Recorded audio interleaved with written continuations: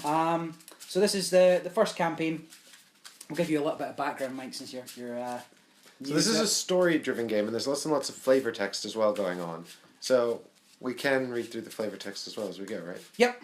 I'll give you the background to my character. You can do the same. And then as we go through the scenarios and the locations, we'll read them out as well, and you'll get an idea of what it's like. So it's Friday, September 18th, 1925, Arkham, Massachusetts. It's the end of a long and abnormally hot summer. The first hints of autumn beckon, but a heavy heat persists, relentless. A silent, unspoken anger grips the town. Tempers are short, and in the last week alone there have been numerous reports of townspeople coming to heated, violent blows with one another over simple misunderstandings. And now, a call from James Hankerson. He claims to have found a dismembered body in his barn. Blaming the weather would be too easy. There's something wrong with this town, and not a whole lot this old soothsayer can do to stop the slide. My auguries indicate a small group of investigators will soon take note of these strange happenings and set forth to make things right. I'll be watching their progress, but I won't be holding my breath. So, here we go. So it's the gathering. You and your partners have been investigating strange events taking place in your home city of Arkham, Massachusetts. Over the past few weeks, several townspeople have mysteriously gone missing. Recently, their corpses turned up in the woods, savaged and half-eaten. The police and newspapers have stated that wild animals are responsible, but you believe there's something else going on. You're gathered together at the lead investigator's home to discuss these bizarre events. So we're gathered at Mike's home, literally and figuratively.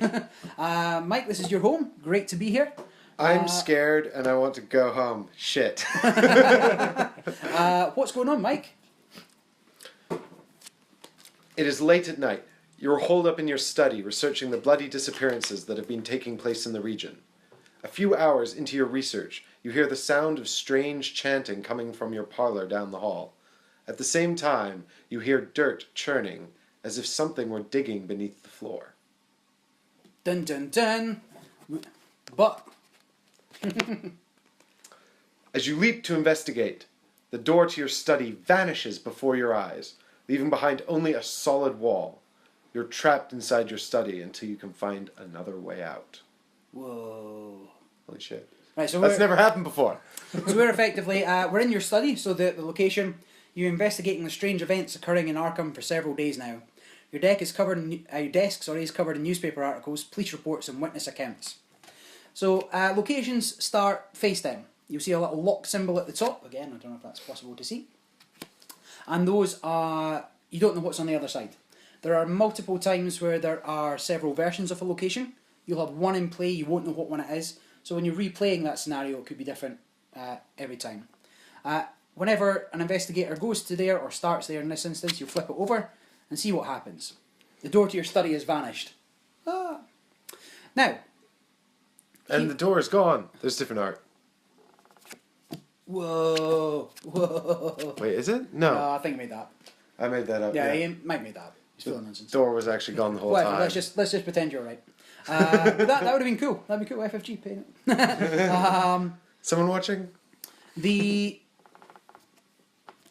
Here, on the right hand side, you see that number. It's got two hats. Okay, so hats stands for the number of investigators times the number of investigators. Right. So in this instance, we're getting two hats. So 2 times 3. There'll be 6 clues placed on here. Which we have to find in the room in order to get out. The target value here is the number on the left, the 2. Let me see that again. Now I've got to do it with all the clues on it. Target number 2. That's what's called the shroud value. And so we're, an investigation action is a check against your intellect. So 3 versus 2. Then we do the modifiers. Any cards you want to discard, that kind of thing to do.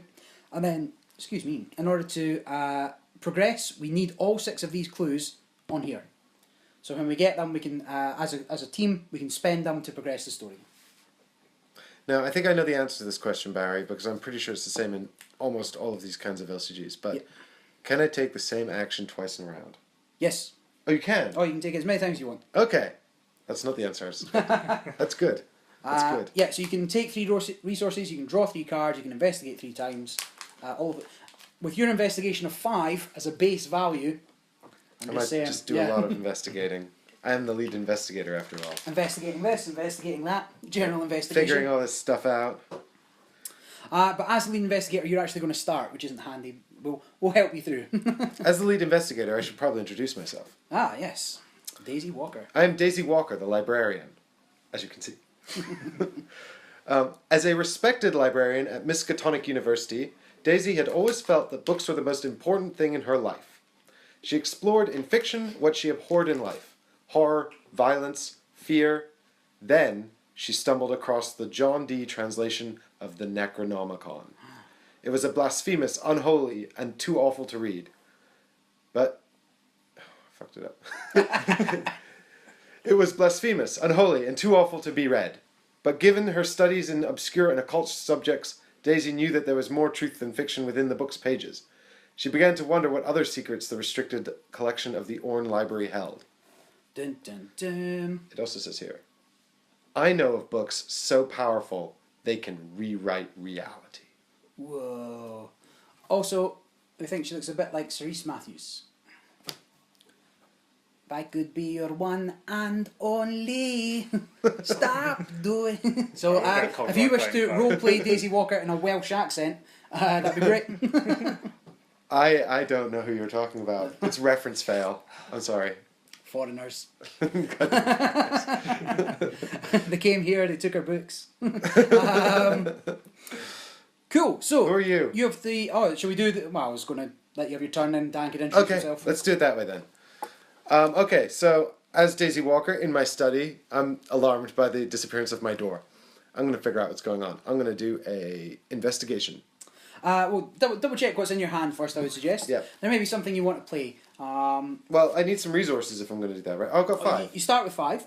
So, okay, so what about if I played this Yeah, item? I mean, the flashlight, for example, is a good tool. So that gets 3 supplies in it. So these are also used as supplies. Cost you 2, so it's a 3-use item.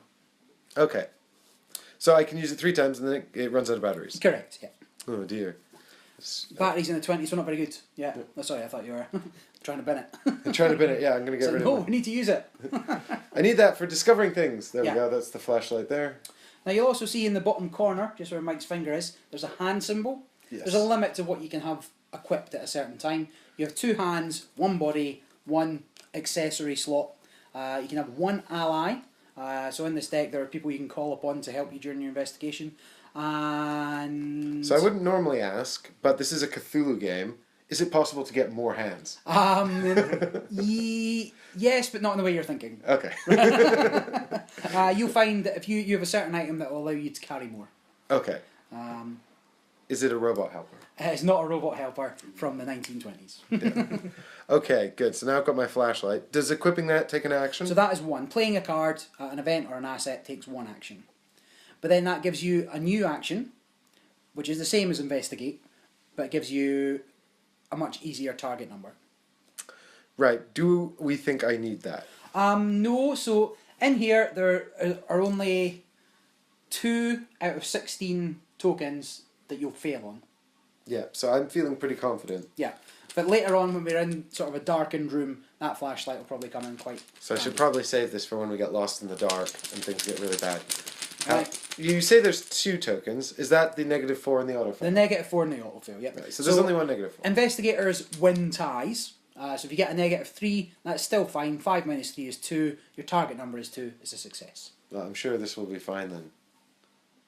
Cultist. So in this instance... I'm sure this will be fine. This is fine. A cultist, scenario specific, counts as -1. Okay. So it's fine. 5 minus 1 4. is 4. 4 beats 2. You get that clue and put it on your...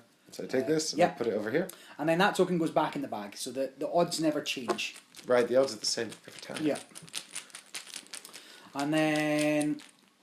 Yeah, I mean, you can investigate a second time if you wish. Yeah, let's do it. Let's do another one. We've got 6 clues to get through and I am the lead investigator. Alright, you're burning through it. Skull, right? Alright. That's sure, it's fine. It's fine, yeah. So it's minus the number of ghouls at our location. That's a little insight into what might be coming later on. There's currently no ghouls, so that's just 0. Now, I choose to hear girls. It's the accent. And that's fine. So that's your third action.